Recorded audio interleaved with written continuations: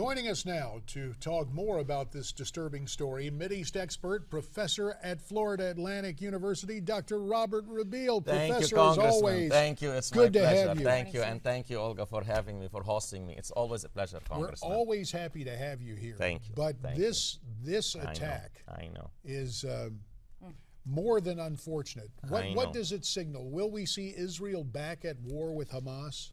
Well, it's more than Hamas. I see that now you have more of a religious dimensions that I don't like to see. And I feel that there is indeed a spillover of sectarianism and is moving toward Jerusalem. Let's not forget this very unfortunate incident.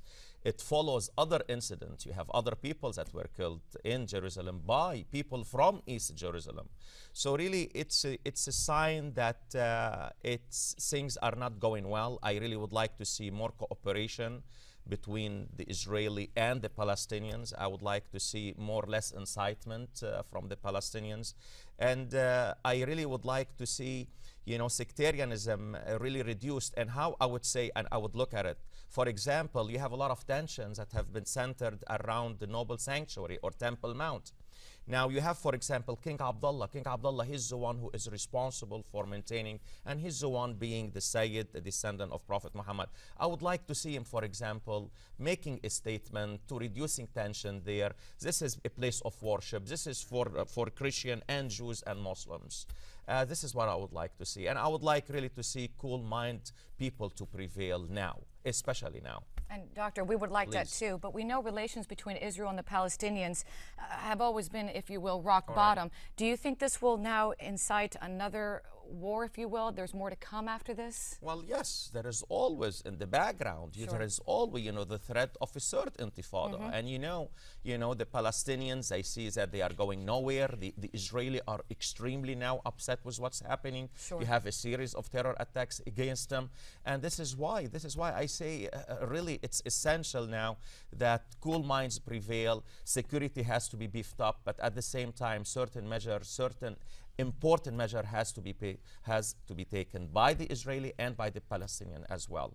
Robert, you mentioned something in passing that I'd like you to amplify on. You mentioned King Abdullah, King Yes. Abdullah of Jordan. Yes. Now, the talk is that his political situation is somewhat precarious. Yes. Is the king and our other leaders in the region keeping a low profile because of the risk to their own governments? It's a very good statement what we have, and it's right there on the mark. Yes, but also I think that the king has showed. The King Abdullah and his father as well have shown that during critical time, they have stepped up to the plate. This is what my perspective of King Abdullah and late King Hussein. And I think now the time really is to go ahead and reduce this heightened sectarianism that is really flooding not only Israel but the whole Middle East. And here he is in a position where he can make a difference. Why? Because Israel really has given him, since Israel took control of East Jerusalem, he is the one in charge of the noble sanctuary or Temple Mount. He's the one. So he can make certain statements. Listen, no one is going to go destroy the temple. The Israeli government came more than once and said, I have no plan to destroy it. I have absolutely no plan. And the Prime Minister already told them, I have no plans to do anything. You are going to be still in charge of Temple Mount or Noble Sanctuary. So really a statement here, a statement there, could reduce tension. And of course, the Israeli now, they have to take certain measures, security measures. They can't just allow people to go in and kill them right there in the house of God.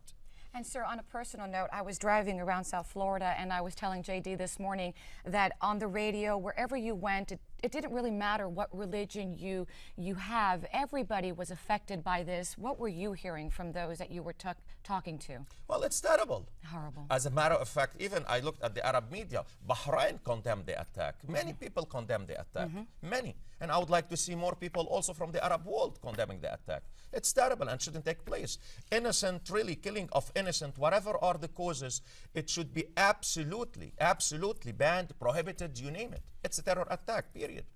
And whatever are the conditions, no one can go and just say, hey, listen, on account of my frustration or whatever are the reason, I'm going to go and carry out a terror attack. It doesn't work out like this. No.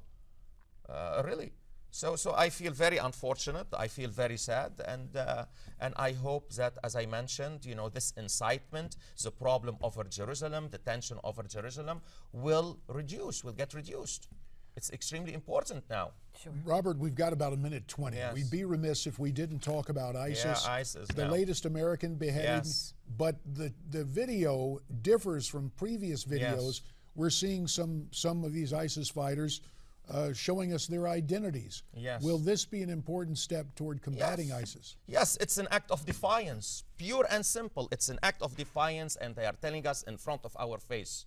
You know, you are not only affecting us, we are acting in defiance. We are now, more than that, we are showing our face. We are multi-ethnic. We are Muslims, but we are multi-ethnic. And not only that, and I listened to the tape, and I listened to Abu Bakr al-Baghdadi, where he said, now we are expanding. So really, and I feel now that the Obama administration has really to go and put pressure on our allies, not our allies putting pressure on us. Now you have to have a reverse, you know, policy in that. What are you waiting for? Did you see how many, the American, but did you see 18 officers, Syrians, they put them in line, you know, going, carrying the knife and cut him? What is this barbarity? The bottom line is ISIS is emboldened. We'll have to leave it there. Professor Robert Rabil of Florida Atlantic University. And I am sorry Thanks about very today much. and about the news of today. Indeed. Thank you. Speaking of the news of today, an update right now. Back with more America's Forum.